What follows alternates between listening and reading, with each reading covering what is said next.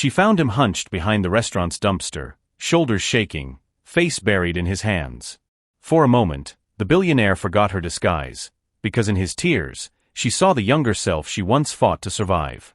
Hello family, if you're ready for the full story, make sure you hit subscribe, and tell me in the comments where in the world you're watching from. Tomorrow, I've got another story that will blow your mind, and trust me, you don't want to miss it. Now let's dive in. The alley smelled of wet cardboard and grease. A soft drizzle tapped against the trash lids, masking his sobs. He didn't hear her footsteps, not yet. She stopped a few feet away, torn between stepping forward or letting him keep his fragile privacy.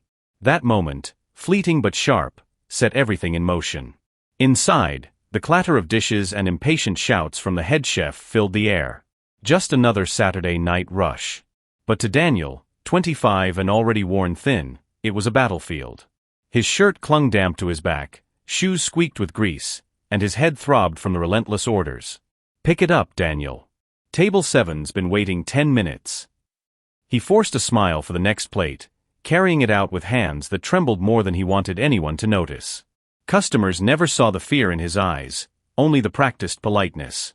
But behind the mask was exhaustion, overdue rent notices stuffed in his backpack, his mother's hospital bills piling on the kitchen table, and the sinking feeling that life had swallowed him whole. When the rush ended, he'd stepped out into the alley, telling himself he just needed air. Instead, the dam burst. Alone, or so he thought, he wept. Not quiet sniffles, but body-shaking sobs he hadn't let escape in years. At that same table 7 sat a woman who seemed ordinary.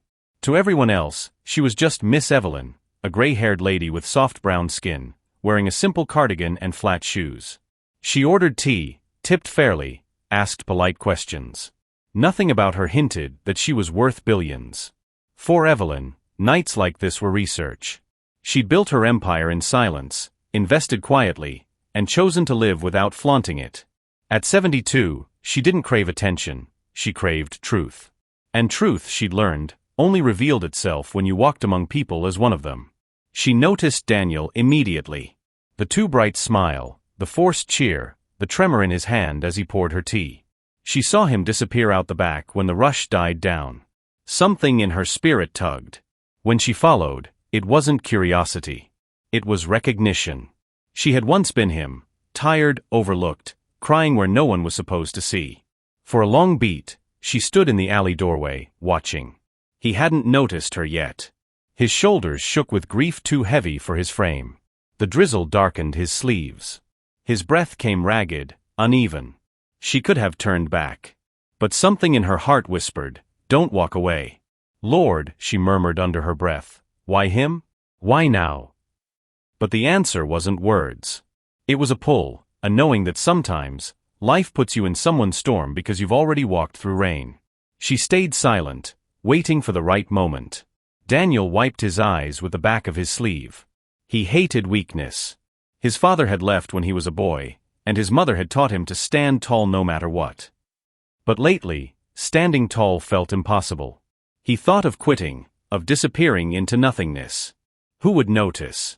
Just another waiter, just another struggling young man swallowed by bills and broken dreams. And yet, part of him longed for someone to notice. For someone to care enough to say, "I see you. I hear you." But no one ever did. Or so he thought. Her voice finally broke the silence, soft and measured. "Young man." Daniel jerked, twisting around, eyes red and wide. Shame flooded his face. He scrambled to stand, brushing at his sleeves as if he could erase the tears. I'm sorry, ma'am. I didn't mean for anyone to." She raised a hand gently. "You don't owe me an apology for being human." Her words disarmed him. No one spoke like that. Not here, not to him. He stammered, "I should get back inside." She simply nodded, letting him retreat. She didn't press, didn't pry. But in her chest, something shifted. She knew she would not forget him. Have you ever seen someone hiding their pain in plain sight, and wondered what story lived behind their silence? Share your thoughts below. You never know who might need to hear that they're not invisible. The restaurant bustled again, though Evelyn barely tasted her tea. She sat quietly, hands wrapped around the warm porcelain cup, but her mind was still in the alley. The image of Daniel's hunched back, his body racked with sobs, lingered like an ache she couldn't shake. She had seen hundreds of employees in her lifetime.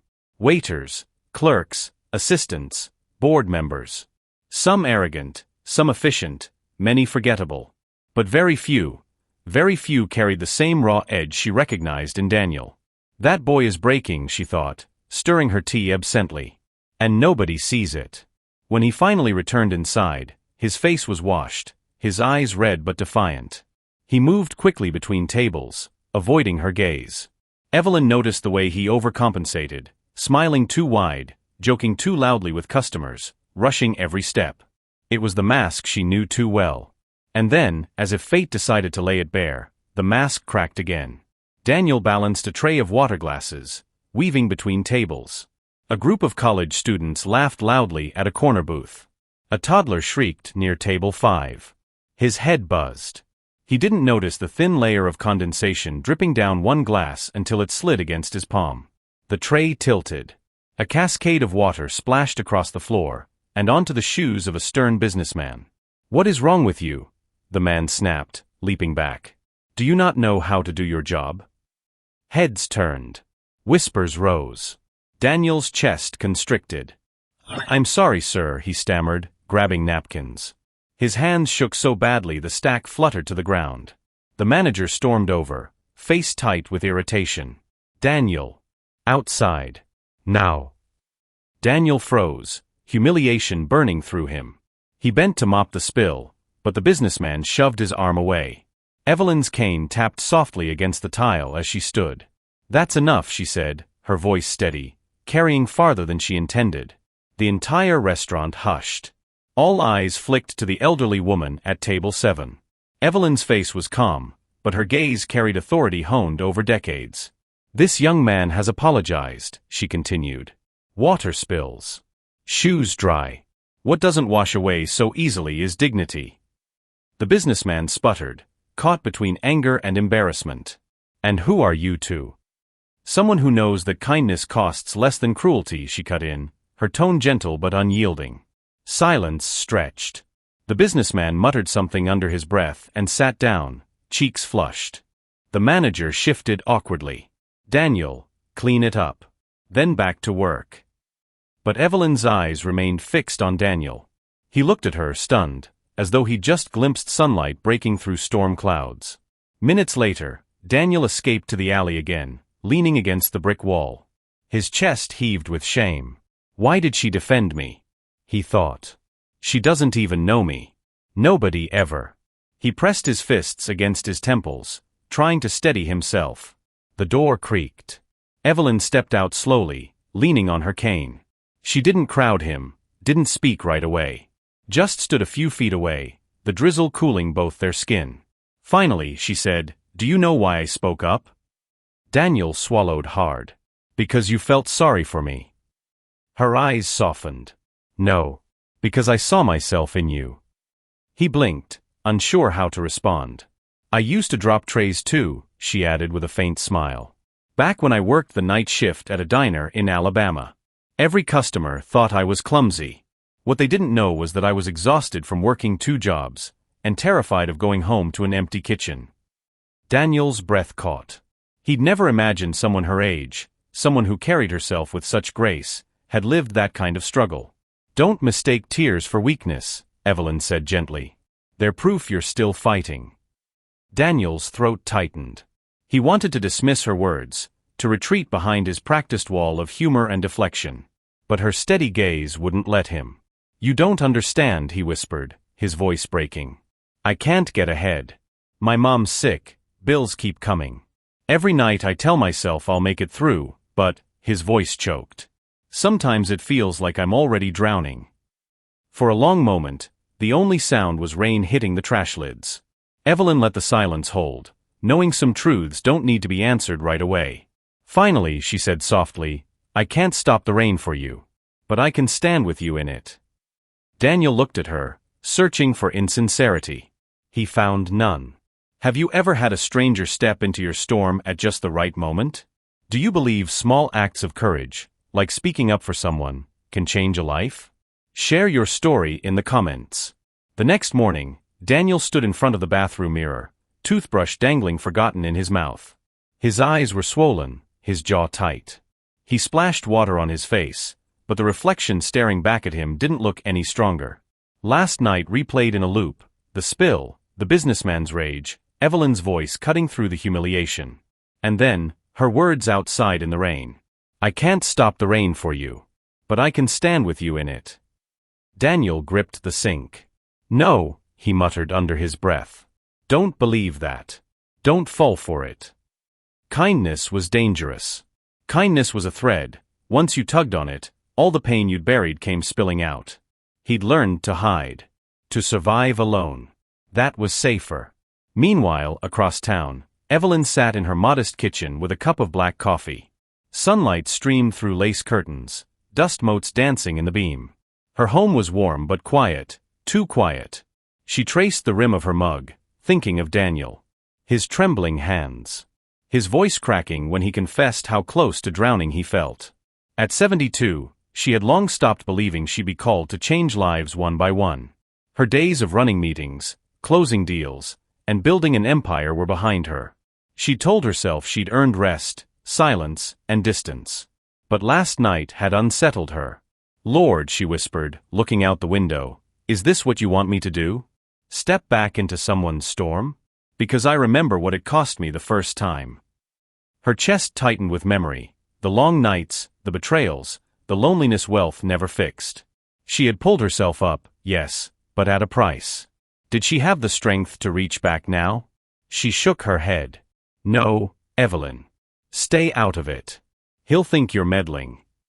And yet, her heart wouldn't release the image of him hunched in the alley, trying so hard not to break. That evening, Daniel returned to the restaurant determined to bury himself in routine. He told himself he wouldn't look her way if she came again. He wouldn't allow it. Sure enough, when the dinner crowd swelled, there she was, table 7 again, sipping tea, cardigan neat, eyes quietly watchful. He avoided her gaze, serving other tables with forced cheer.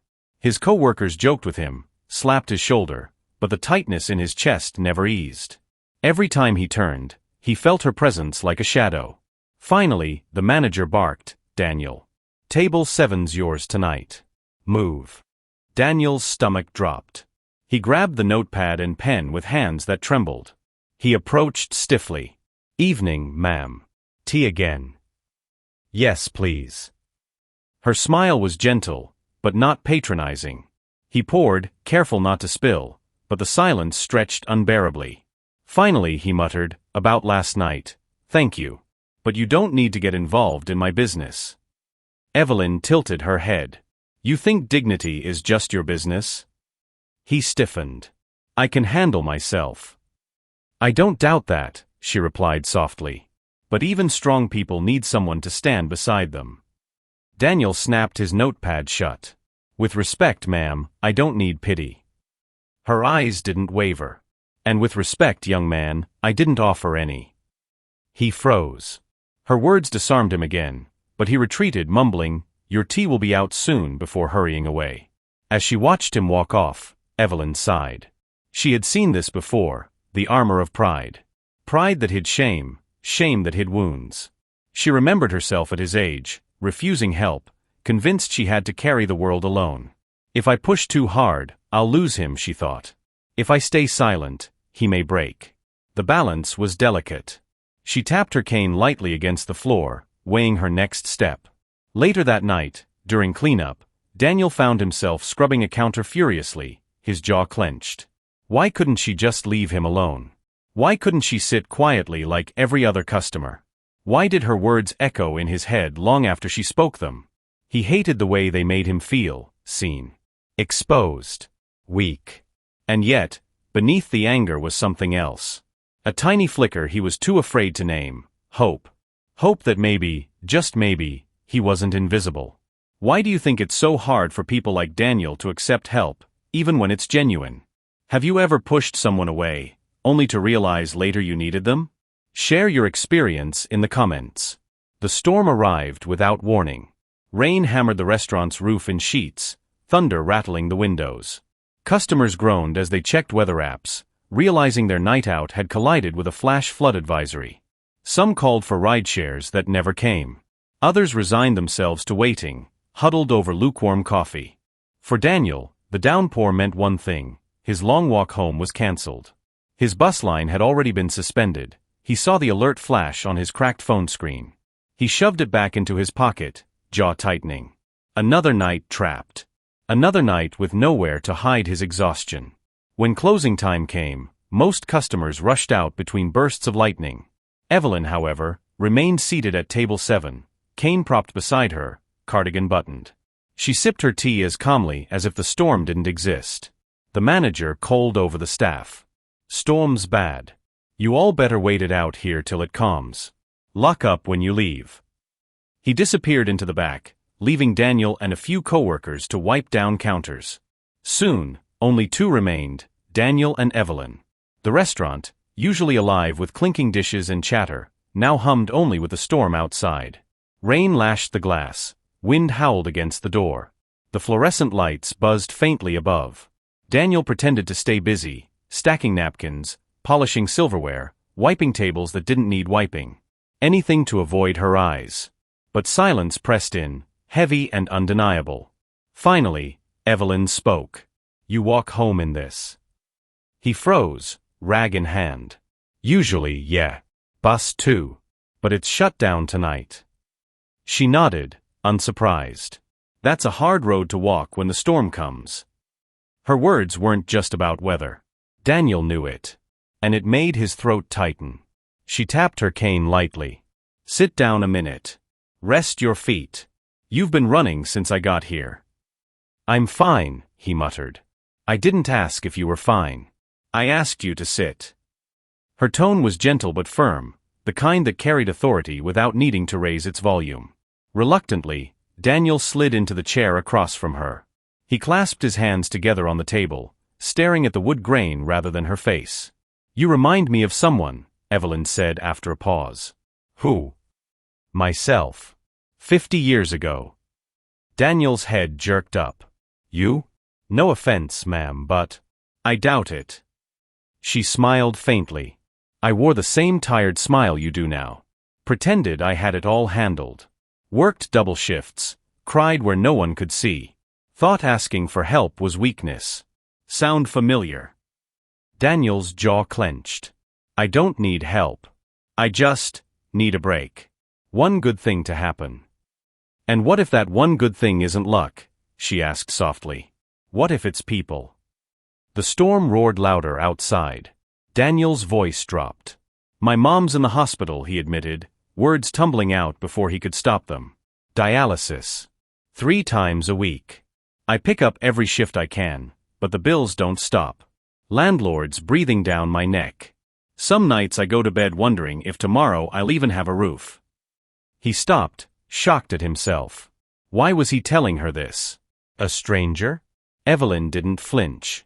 She reached across the table, not to grab his hand but simply to rest hers within reach, open, steady, waiting. "I know that weight," she said. "I carried it once too. Different shape, same ache. And I'll tell you what I wish someone had told me back then: you don't have to carry it alone." Daniel's eyes burned. He looked away, blinking furiously. "You don't understand. People say that, but they don't know what it's like to be stuck. To work yourself raw and still feel like you're sinking." "I understand more than you think," Evelyn replied quietly. "I grew up in a world that told me I'd never be more than someone else's servant. That my skin, my age, my gender were chains. And yet," she spread her arms slightly, "here I sit." He frowned, confused. "What do you mean?"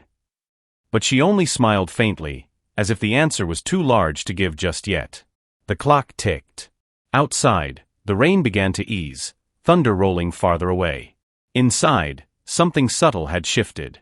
The silence between them no longer felt like a wall, but like a fragile bridge. Daniel rubbed his face with his hands. "Why are you even talking to me like this? You don't know me." Evelyn's eyes softened. "Sometimes it takes a stranger to see what friends overlook." He let out a shaky laugh. "Yeah, well, maybe I'm not worth seeing." Her gaze sharpened. "Don't you dare believe that. The world will try to convince you of it every day. Don't let them win." The firmness in her tone startled him. It wasn't pity. It wasn't empty comfort. It was conviction, as if she were speaking to the younger version of herself. For the first time, Daniel didn't argue back. Have you ever been stuck with someone you didn't want to talk to, only to realize later you needed that conversation? Do you believe storms sometimes force us into the right company? Share your thoughts below. The storm had quieted to a drizzle, but neither Daniel nor Evelyn moved from their table. The restaurant was nearly silent, save for the faint hum of the refrigerator in the back and the ticking clock above the bar. Daniel leaned forward, elbows on the table, staring at his clasped hands. His voice was low. I don't usually talk about this stuff. Evelyn sipped her tea calmly. Sometimes silence becomes too heavy. You have to let a little of it out, or it drowns you. Her tone was patient, not demanding. Slowly, Daniel nodded. My dad left when I was 10, Daniel began, words halting at first. One night, he said he was going to the store. Never came back. Left Mom and me with nothing but bills and his old truck. She worked herself sick trying to cover everything. I got my first job at 14, dishwasher at a diner. Thought I was helping. Thought I was the man of the house. He laughed bitterly. Turns out, I was just a kid. And no matter how many hours I worked, it was never enough. By the time I graduated high school, college was a joke. No money, no time. Just jobs, one after the other. And then Mom's health started failing. He rubbed his face with both hands, voice cracking. Now every paycheck goes straight to rent and her treatment. And still, it feels like I'm losing. Like the world is 5 steps ahead of me, and I'll never catch up. Silence stretched. Evelyn didn't interrupt. She let him breathe. Finally, she said softly, you've been carrying a man's load since you were a boy. That kind of weight leaves marks no one else can see. Daniel swallowed hard, his chest tightening. She leaned back, gaze distant. When I was your age, I was cleaning houses. $5 a day if I was lucky. People didn't look at me, they looked through me. Like I was furniture. And I told myself that was my lot in life. Her hands tightened slightly on the cane resting beside her. Then one night, I sat on a bus bench with 50 cents to my name and holes in my shoes. Rain pouring just like tonight. And I remember thinking, if this is all life has for me, I can't do it much longer. Daniel's breath caught. He hadn't expected her to go there. But then, she continued, her voice steadier, I thought of my grandmother. She used to tell me, baby, storms don't last forever. Don't you dare stop walking just because your feet are wet. And somehow, I got up the next day. Found another job. Met people who gave me chances. Failed plenty, but kept walking. Her eyes glistened faintly, though her voice never wavered. 50 years later, I still hear her words when the nights get heavy. They saved me. Daniel stared at her, stunned. You really know what it feels like. I do, Evelyn said simply. Not your exact story. But the taste of hopelessness? The fear of never being enough? Yes. I've eaten that meal many times. He shook his head slowly. You don't talk like anyone else I know. Everyone just tells me to work harder, or be grateful. They don't get it. That's because they're speaking from the outside, Evelyn replied. I'm speaking from the inside. And I'm telling you, pain doesn't define you. It can shape you, yes. But it doesn't own you. For the first time, Daniel's defenses faltered completely. His eyes brimmed, not with shame this time, but with something like recognition. He frowned suddenly, curiosity pricking through the heaviness. How did you get out? How did you go from cleaning houses to sitting here, calm as if storms don't touch you? Evelyn's lips curved in a small smile, though her eyes carried weight. That's a longer story than one night can hold. Let's just say, I worked hard, yes. But I also learned to see opportunities where others saw obstacles. And I learned that real wealth isn't money, it's resilience. Money came later. But without the resilience, it would have destroyed me. Daniel tilted his head, trying to read her. Something in her words hinted at a bigger truth, but she wasn't ready to lay it bare. Not yet. You sound like you've lived 10 lives, he said quietly. She chuckled softly. Some days it feels like it. The rain eased to a mist outside, and the air in the restaurant seemed lighter. Daniel leaned back, shoulders sagging. I don't even know why I'm telling you all this. I don't talk to anyone. Not my coworkers. Not even Mom. I just carry it. Because carrying it alone is killing you, Evelyn said gently. Sometimes the soul chooses a stranger to unload on, because it feels safer. No history. No judgment. Just presence. Daniel looked at her, really looked. For the first time, he didn't just see an elderly customer. He saw a woman carved by storms, one who had survived what should have broken her. And in that moment, she felt less like a stranger and more like an anchor. He whispered, "Do you really think storms don't last forever?" She smiled softly, repeating her grandmother's words. "Baby, storms don't last forever. Don't you dare stop walking just because your feet are wet." The phrase hit him like a lifeline. What words from someone in your past still guide you today? Do you believe wisdom can travel across generations like Evelyn's grandmother's words did? Share your thoughts in the comments. By the time the rain had tapered to a thin mist, the restaurant felt transformed. The fluorescent lights still buzzed overhead, but the air carried less of its earlier heaviness. It was no longer a prison of silence, it was a cocoon. Daniel leaned back in his chair, drained but oddly lighter. For the first time in years, his story wasn't bottled inside him. Someone had heard it without flinching, without rushing to fix it, without judgment. Evelyn finished the last of her tea, setting the cup down with a small clink. "You breathe easier now," she observed. Daniel gave a sheepish laugh. "Feels weird. Like I took off armor I didn't even know I was wearing." "Armor keeps us standing," Evelyn said gently. "But it also keeps us from feeling the warmth when it finally comes." For the first time that night, Daniel smiled, a small crooked thing, but genuine. "You sound like a preacher." She chuckled. "I'm no preacher. Just a woman who's lived long enough to know metaphors come in handy." Her laugh was warm, disarming. Daniel found himself laughing too, softly at first, then harder, the kind of laugh that comes when the body desperately needs release. He shook his head. "It's been a long time since I've laughed like this." "Good," Evelyn said. "Laughter is proof the storm hasn't stolen everything." To keep the mood afloat, Daniel leaned forward conspiratorially. "You want to hear something embarrassing? I once spilled a whole tray of drinks on a customer. Fancy guy. Expensive suit. I thought he was gonna sue me. Instead he just stared and said, 'Well, that's one way to cool down.'" Evelyn's eyes sparkled. "And what did you do?" "I laughed so hard I forgot to apologize. Got in trouble with the manager, but hey, I still remember it whenever things get too heavy."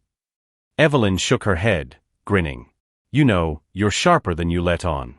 Humor in the middle of chaos? That's survival disguised as wit." Daniel tilted his head, studying her. "You really do see people, don't you? Like, all the way through." Her smile softened. "Only because for years, I begged for someone to see me. When you've known invisibility, you recognize it in others." They sat in comfortable silence for a moment, listening to the soft patter of leftover rain. Daniel's voice broke the quiet.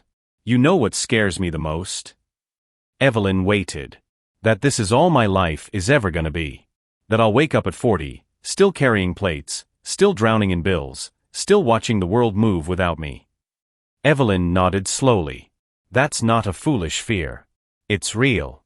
But let me tell you something, life isn't fixed. It bends. Sometimes you don't notice the bend until you're halfway through it. But it bends." Daniel let that sink in. "And you think mine will?" "I don't just think," Evelyn said firmly. "I know. Because you're still showing up. That alone is proof your story isn't finished." Daniel's throat tightened, but not with despair this time. With something closer to hope, a fragile, flickering thing, but alive. She leaned in slightly. "Tell me one dream you had before life pressed down on you. Something you wanted, even if it feels impossible now." Daniel hesitated. His first instinct was to shrug it off, to say, "Dreams don't pay the bills." But something in her eyes, steady, patient, urged honesty. "I wanted to study architecture," he admitted quietly. "I used to sketch buildings. Bridges. I loved the idea of creating something people could live in, walk across, find safety in. But college, it wasn't an option. Evelyn's smile was tender, almost wistful. Do you know what architecture really is? Taking weight that should collapse, and shaping it so it stands strong.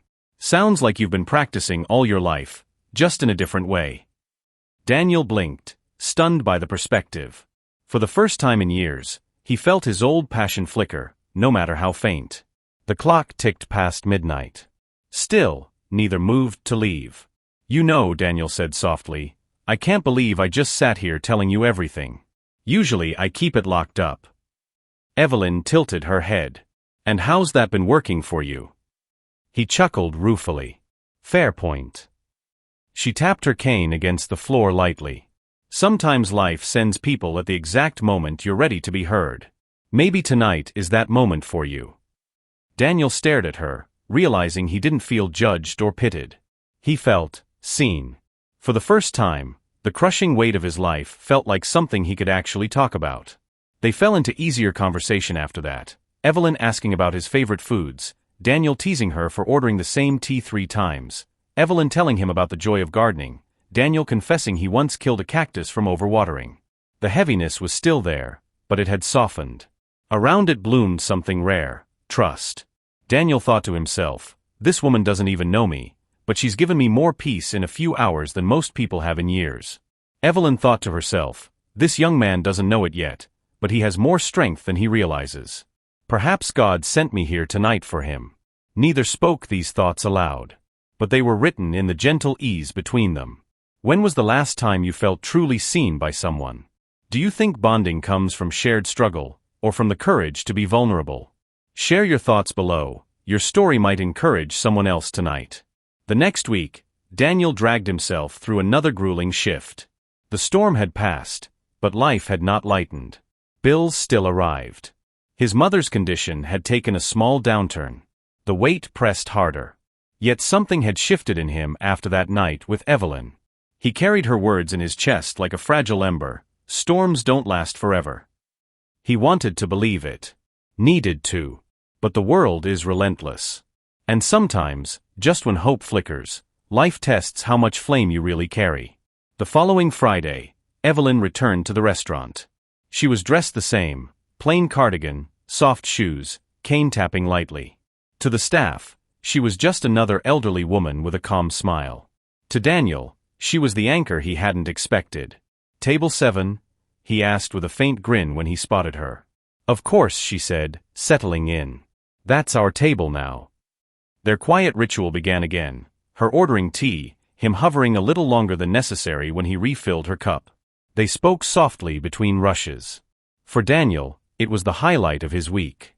For Evelyn, it was a purpose she hadn't realized she still needed. But fragile things have a way of being interrupted. The restaurant manager, Mr. Collins, was sharp-eyed and sharp-tongued. He noticed Daniel spending too much time near table 7. He noticed Evelyn slipping him warm smiles, noticed the air of intimacy, even if it wasn't romantic. Daniel, Collins barked as the rush hit. Quit loitering. You're here to serve, not chit-chat with customers. Daniel flushed. Yes, sir. He obeyed, but the sting burned. Later, as he cleared Evelyn's plate, Collins lingered nearby, smirking. Be careful with that one, son. Old ladies like her love to spin sob stories, make you think they care. Next thing you know, they're asking for favors, dragging you into their mess. Daniel bristled. She's not like that. Collins shrugged. You'd be surprised. People are never what they seem. The words lodged in Daniel's chest like splinters. 2 nights later, Evelyn asked if he could walk her to the bus stop after her meal. It was late, and though she carried herself with dignity, Daniel could see her hands tremble slightly as she gripped her cane. Of course, he said, helping her outside. As they walked, she grew quiet, lost in thought. At the bus bench, she reached into her purse, pulled out a leather-bound checkbook, and scribbled something quickly. Daniel frowned. What's that? Just a note, Evelyn said, tearing the paper free and folding it into his hand. For emergencies. He unfolded it, and froze. It wasn't a note. It was a check. Written out to him. For $5,000. His stomach dropped. What is this?" he stammered. Her voice was calm. "Help. Nothing more." Daniel's face flushed hot with shame and anger. "So this is what it was about? You listen to my story, make me open up, and then what? Decide to buy my dignity." Evelyn's brow furrowed. "No, Daniel. That's not it at all. But he cut her off, voice rising. "Do you have any idea what this feels like? To scrape and bleed for every dollar, and then have someone who's just passing through throw money at me like charity." She reached out, but he stepped back. The folded check crumpled in his fist. His chest heaved. "You don't get it," he spat. "You don't understand what it's like to live like this. To be stuck here forever." Evelyn's face paled, hurt flashing across her eyes. "I do understand. More than you know." "Do you?" Daniel snapped. "Because you sure don't look like it. You sit here in your clean clothes, drinking tea like life never broke you. You don't know anything about me." The words hung between them like broken glass. For a long moment, Evelyn didn't speak. Her eyes glistened, but she held her dignity. Finally, she whispered, "You're right about one thing. You don't know me. And tonight, you don't want to." Her cane tapped against the wet pavement as she turned toward the bus, shoulders straighter than her age should allow. Daniel stood frozen, the check still crushed in his fist, the night suddenly colder. The bus pulled up, headlights spilling across the street. Evelyn climbed aboard slowly, her figure small but unbowed. She didn't look back. The doors shut. The bus rumbled away. Daniel felt the emptiness hit like a punch to the gut. He had driven away the one person who had made him feel less invisible. Back in his cramped apartment that night, Daniel tossed the check onto the table. He stared at it for a long time, anger twisting with regret. Why would she do that? He muttered to himself. Why would she ruin everything? But beneath the anger was another voice, quieter and crueler. Why did you push her away? He buried his face in his hands. The walls felt closer than ever. On the bus ride home, Evelyn stared out the rain-streaked window, her hands tight around her cane. She had wanted to help, genuinely, quietly.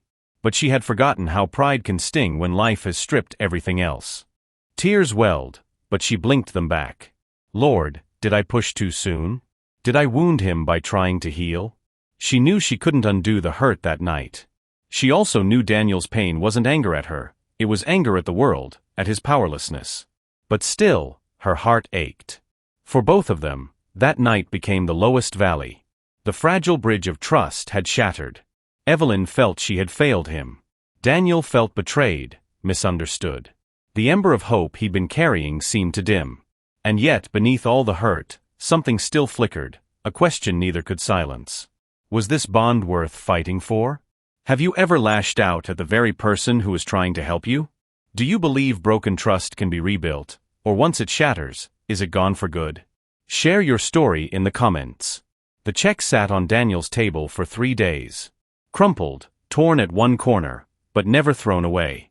Each morning, he stared at it with resentment. Each night, he caught himself smoothing the paper out, as if unwilling to let it go. He told himself he was angry. Angry that she thought money could fix him. Angry that she pitied him. Angry that she'd exposed the rawest part of his soul and then put a price tag on it. But underneath the anger was a hollow ache, the ache of missing her presence. Missing the way her eyes softened when she listened. Missing the quiet strength she carried, the dignity that made him believe storms could end. And in his chest, the cruelest truth whispered, you weren't really angry at her. You were angry at yourself. On the 4th night, Daniel came home from a brutal shift. His back ached, his shoes were soaked, and his manager had berated him for dropping a tray. He collapsed onto his thin mattress, staring at the ceiling. His mother's voice from their last phone call echoed in his head. Danny, you sound tired. Don't lose yourself trying to save me. He'd brushed her off then, but now the words pierced. He had been losing himself, burying his pain in silence, in bitterness, in pride. He rolled over and saw the check again. $5,000. To Evelyn, maybe just paper. To him, survival. Rent for months. His mother's next treatments. A breathing space he hadn't tasted in years. But it wasn't the money itself that gnawed at him. It was the memory of the woman who had written it. The woman who had seen him, not as a burden, but as someone worth fighting for. And he had thrown it back at her like a weapon. Daniel buried his face in his hands. What have I done? Meanwhile, across town, Evelyn sat in her quiet home. The walls were lined with books, the air faintly scented with lavender. On her polished dining table sat her cane, her purse, and an untouched teacup. She had not returned to the restaurant since that night. She couldn't bear to. Instead, she replayed Daniel's words over and over, "You don't know anything about me." She whispered into the stillness, "If only you knew, child. If only you knew." In her study drawer lay documents that told a very different story: investment portfolios, business registrations, evidence of a lifetime of grit and triumph. She was not the fragile old woman the world assumed. She was a billionaire who had clawed her way from nothing, who had once been invisible just as Daniel was now.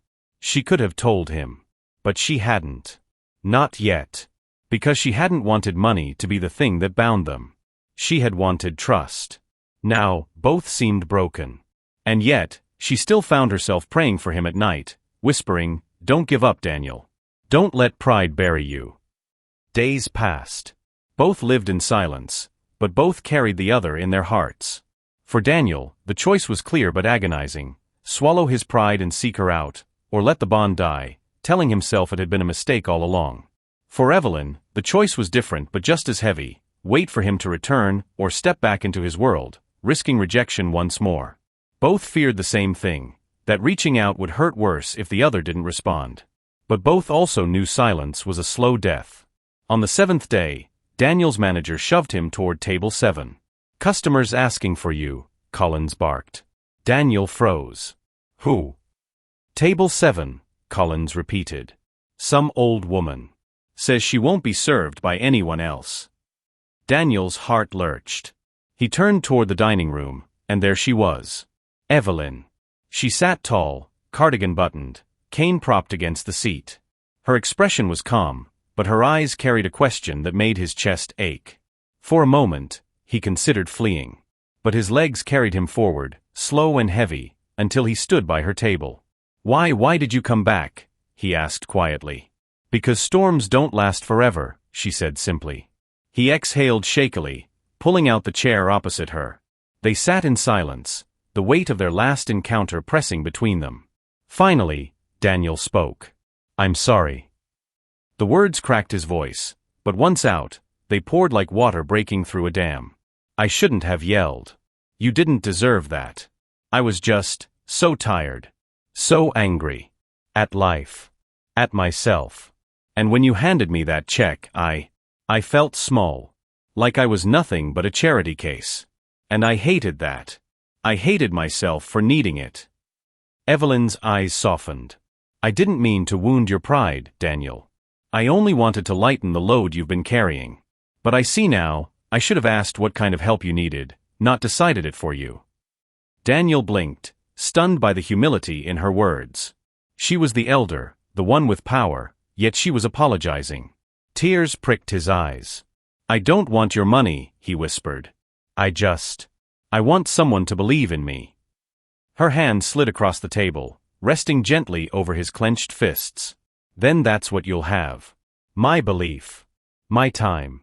My presence. No checks. Just me." His shoulders sagged with relief.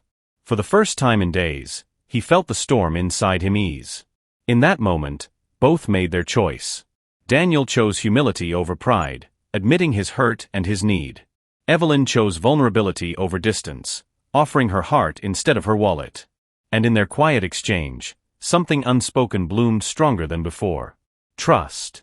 When pride clashes with vulnerability, which one do you usually choose? Do you believe it takes more strength to stay guarded, or to open up again after a wound? Share your perspective in the comments. The days after their reconciliation at table 7 felt different. Lighter. Daniel noticed it first in small ways, his shoulders not slumping quite as low, his smile not quite as forced. He still struggled, yes. Bills still arrived. His mother's illness didn't vanish. But beneath it all was a quiet current of hope. A sense that he wasn't walking alone anymore. And Evelyn, She felt alive in a way she hadn't in years. For decades, she had been surrounded by advisors, employees, partners. But that wasn't the same as connection. Not like this. In Daniel's raw honesty, she saw her own younger self. And in being there for him, she rediscovered her own purpose, to remind others that storms could end. But both knew their journey wasn't finished. Something still waited between them, unspoken but pressing. One evening, Evelyn invited Daniel to walk with her after his shift. The air was cool, the city lights shimmering off damp streets. Her cane tapped softly on the pavement as they moved side by side. "Daniel," she began, "there's something I need to tell you. Something I should have said sooner." He glanced at her, concern flickering. "What is it?" She stopped beneath a street lamp, the glow casting gentle shadows across her lined face. "You told me I don't know what it's like to live in scarcity. That I can't understand. But that isn't true. I know it too well. And I need you to know who I really am." Daniel frowned. "Who you are?" She inhaled deeply. "My name is Evelyn Hartwell. I'm not just a woman who drinks tea at table 7. I'm the founder of Hartwell Holdings." The name hit Daniel like a brick. He'd heard it before, on the news, in financial magazines. A global empire. Real estate, technology, philanthropy. Billions. He blinked at her in disbelief. You're that Evelyn Hartwell? The billionaire."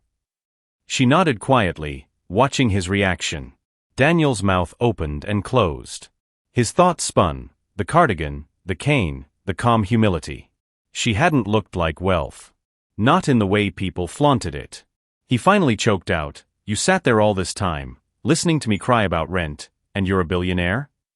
Her voice was steady. "Yes. And that's why I didn't tell you sooner. Because I didn't want money to come between us. I wanted you to trust me as a person, not as a bank account." Daniel stumbled back a step, running a hand through his hair. "So when you gave me that check..." "It wasn't charity," Evelyn said softly. "It was compassion. But I see now why it hurt you. That's why I'm telling you the truth now. Because if we are to walk forward in any way, friendship, mentorship, even just mutual respect, it has to be built on honesty." For a long moment, Daniel said nothing. His chest heaved as he tried to process. Part of him felt betrayed. Why hadn't she trusted him sooner? Another part burned with shame for the cruel words he had thrown at her. And another part, quieter but insistent, felt awe. This woman, who had once been invisible like him, had climbed mountains he couldn't even fathom. And yet she had chosen to sit at table 7, listening to his story as if it mattered. Finally, he whispered, "Why me? Out of all the people you could spend time with, why me?" Evelyn's eyes glistened. "Because I saw myself in you. And because someone once believed in me when I was young and broken. I owe it to the world to pass that belief forward." Daniel's throat tightened. He lowered his gaze, blinking back tears. "I don't know if I can ever get to where you are." "You don't need to," Evelyn said firmly. "Your path is your own. What matters is that you don't stop walking." She placed her hand gently over his shoulder. "Storms don't last forever, Daniel. You've carried that line like a lifeline, now live it. Build your bridge, even if it's brick by brick. I will walk with you however I can." Daniel finally let the tears fall. This time, he didn't hide them. He looked at her and whispered, "Thank you. For seeing me. For not giving up when I pushed you away." Her smile was soft, maternal, strong. That's what love looks like. Not romance, but the kind that chooses to stay. The kind that says, "I believe in you even when you don't believe in yourself." Their connection didn't vanish with the revelation. If anything, it deepened. Evelyn didn't shower Daniel with money, but she offered him something far more valuable: guidance, wisdom, and opportunities to see the world differently. She introduced him to a local mentorship program, where young people explored trades and passions beyond survival jobs. At first, Daniel resisted. But with her steady encouragement, he joined. Soon he found himself sketching again, lines of buildings and bridges filling cheap notebooks late at night. For the first time since boyhood, he remembered the thrill of imagining structures that could stand the test of time. Evelyn would look over his sketches, her eyes alight. "You see strength in lines, Daniel. That's a gift. Don't waste it. His mother noticed the change too. Over the phone, her voice carried a new warmth. Danny, you sound alive again. Whoever this Evelyn woman is, thank her for me. One evening, months later, Evelyn asked Daniel to walk with her through the city. They stopped at a construction site, massive beams rising against the sunset, scaffolding climbing skyward. Evelyn leaned on her cane, gazing up at the structure. Do you see it? The way it stands, even though it's unfinished. Daniel nodded, eyes wide. That's you, she said softly. Unfinished, but already strong. Already rising. Daniel swallowed hard, emotion swelling. One day, maybe I'll build something like this. Evelyn smiled. One day, I believe you will. That night, as they sat once again at table 7, Daniel reached into his pocket and pulled out the crumpled check. Evelyn raised an eyebrow. You kept it? He nodded. Not for the money. I never cashed it. But because it reminds me of the night I almost lost the best thing that ever happened to me. He slid it across the table. I don't need this anymore. What I need is to keep walking like you said. And maybe one day, to be for someone else what you've been for me. Evelyn's eyes filled with tears she didn't hide. She took the paper, folded it gently, and slipped it back into her purse. That's all I ever wanted, Daniel. Not to rescue you, but to see you rise. Their bond was not built on money, but on truth, scars, and second chances. Evelyn had discovered in Daniel not a project, but a reflection, a reminder that her own storms had not been in vain. Daniel had discovered in Evelyn not a savior, but a witness, proof that storms could end, and that resilience could grow roots deep enough to outlast the rain. And though life would not magically erase Daniel's struggles, he now carried something that made all the difference, a belief that he was not invisible, not worthless, not beyond redemption. He was seen. He was capable. He was unfinished, but rising. Who has believed in you when you didn't believe in yourself? And how did it change the way you saw your own future? Share your story in the comments. Your words might be the lifeline someone else needs tonight. Thank you for watching this story to the end. If you enjoyed this story, you would surely love the next one. It's as crazier and more intriguing as you can ever imagine. So do check it out. Click on the image showing on your screen right now to watch the next one.